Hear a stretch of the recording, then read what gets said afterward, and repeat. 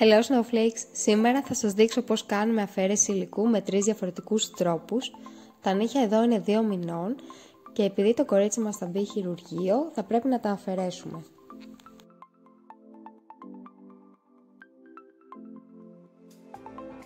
Με αυτό το κεραμικό φρεζάκι λοιπόν θα αφαιρέσω το ημιμόνιμο, το ρυθμίζω στη μεσαία ταχύτητα και δεξιόστροφα ώστε να φεύγει το υλικό προς τα κάτω και να πηγαίνει στον απορροφητήρα.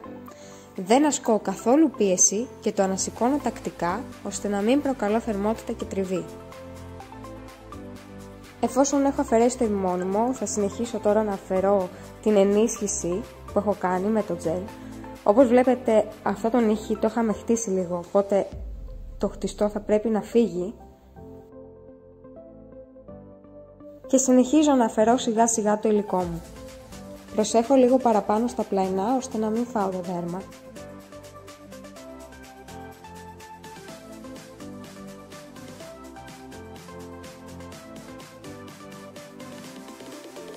Εδώ φαίνονται τα σημεία από όπου έχει ξεκολλήσει το τζελ. Τώρα, εάν είσαι αρκετά έμπειρη, μπορείς να αφαιρέσεις όλο το υλικό με τον τροχό.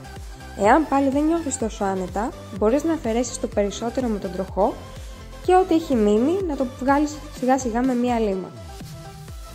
Όσο λιγότερο υλικό μένει, είμαι τόσο πιο προσεκτική, ώστε να είμαι σίγουρη ότι δεν θα φάω καθόλου νύχι. Όποια σημεία έχουν περισσέψει με λίγο υλικό, τα αφαιρώ σιγά σιγά με μία λίμα. Και αυτός ήταν ο πρώτος τρόπος, με τον τροχό. Για το δεύτερο τρόπο, με το ασετόν, παίρνουμε μία λίμα και λιμάρουμε από πάνω να φύγει το γυαλιστικό και μέρος του χρώματος ή με τον τροχό αφαιρούμε μόνο το πάνω μέρος.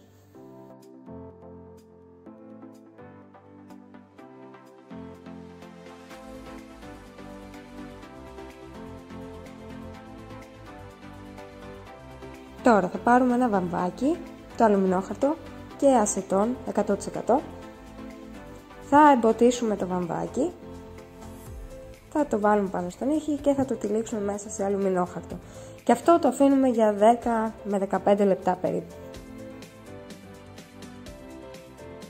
Μετά από αυτό το χρόνο αφαιρούμε το αλουμινόχαρτο και το βαμβάκι και με το πούσερ σπρώχνουμε, παύλα ξύνουμε σιγά σιγά το υλικό να φύγει πάνω από το νύχι.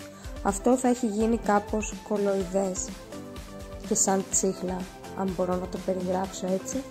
Και το βοηθάω λίγο και με τη λίμα να πάρω το περίσσιο υλικό. Εάν δεν έχει βγει όλο το υλικό μου, επαναλαμβάνω τη διαδικασία με το βαμβάκι και το αλουμινόχαρτο. Εάν έχω βέβαια τροχό, καλό είναι να αφαιρέσω το περισσότερο υλικό με τον τροχό μου και να αφήσω μια πολύ λεπτή στρώση και να τοποθετήσω μετά το βαμβάκι με το ασετόν και στη συνέχεια να το αφαιρέσω με το πούσερ και με τη λίμα, για να γίνει πιο γρήγορα έτσι. Και μετά τη δεύτερη φορά αρχίζω και ξύνω πάλι με το πούσερ το υλικό και το βοηθάω με τη λίμα να το αφαιρέσω. Αυτός ο τρόπος βέβαια λειτουργεί πιο καλά για κοπέλες που δεν έχουν τροχό ή δεν τον λειτουργούν στα νύχια. Ή σε κοπέλες που απλά θέλουν να αφαιρέσουν το υλικό τους. Για να λειτουργήσει όμως αυτός ο τρόπος θα πρέπει το υλικό να είναι soak-off.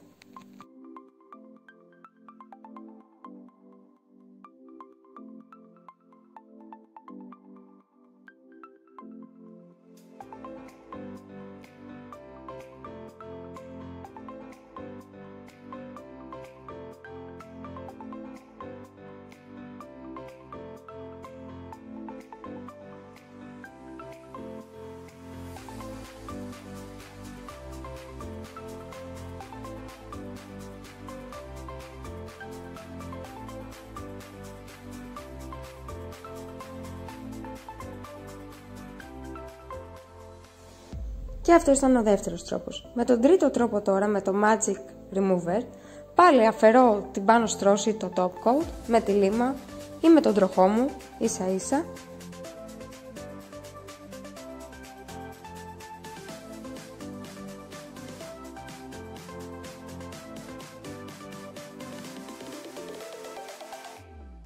Και μόλις αφαιρέσω το γυαλιστικό ή μέρος του χρώματος, βάζω Magic Remover.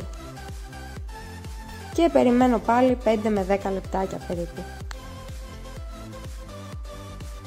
Η διαφορά τοποθέτησης ασετών και Magic Remover είναι ότι το Magic Remover έρχεται μόνο σε επαφή με τον νύχι και το υλικό, ενώ το ασετόν, με τον τρόπο που το τοποθετούμε, ακουμπάει και στο δέρμα.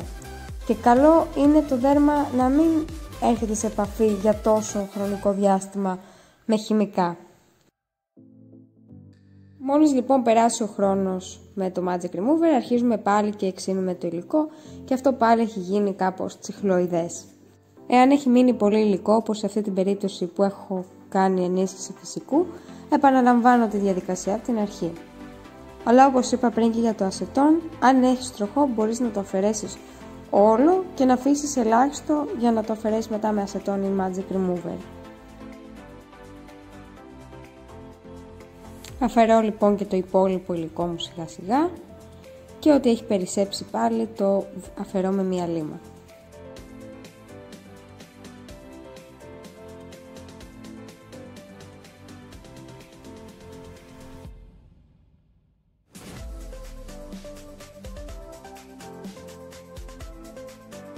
Και αφού λοιπόν έχω αφαιρέσει όλο μου το υλικό, θα τα κοντίνω κιόλας όπως μου ζητήθηκε.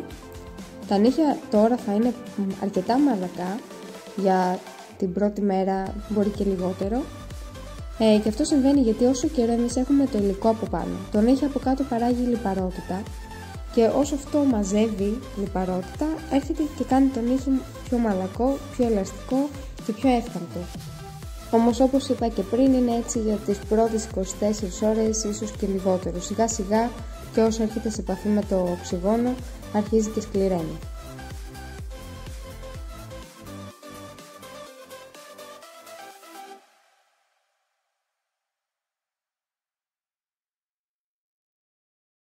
Σε αυτή την περίπτωση η αφαίρεσή μας έχει ολοκληρωθεί, αλλά εάν θέλει η πελάτσα μπορούμε να κάνουμε κάποιο μανικιούρα από πάνω έξτρα ή να τοποθετήσουμε κάποιο λαδάκι ή κρέμα ή κάποιο σκληρητικό. Και έτσι φτάσαμε στο τέλος. Κάντε like και subscribe αν σας άρεσε. Bye!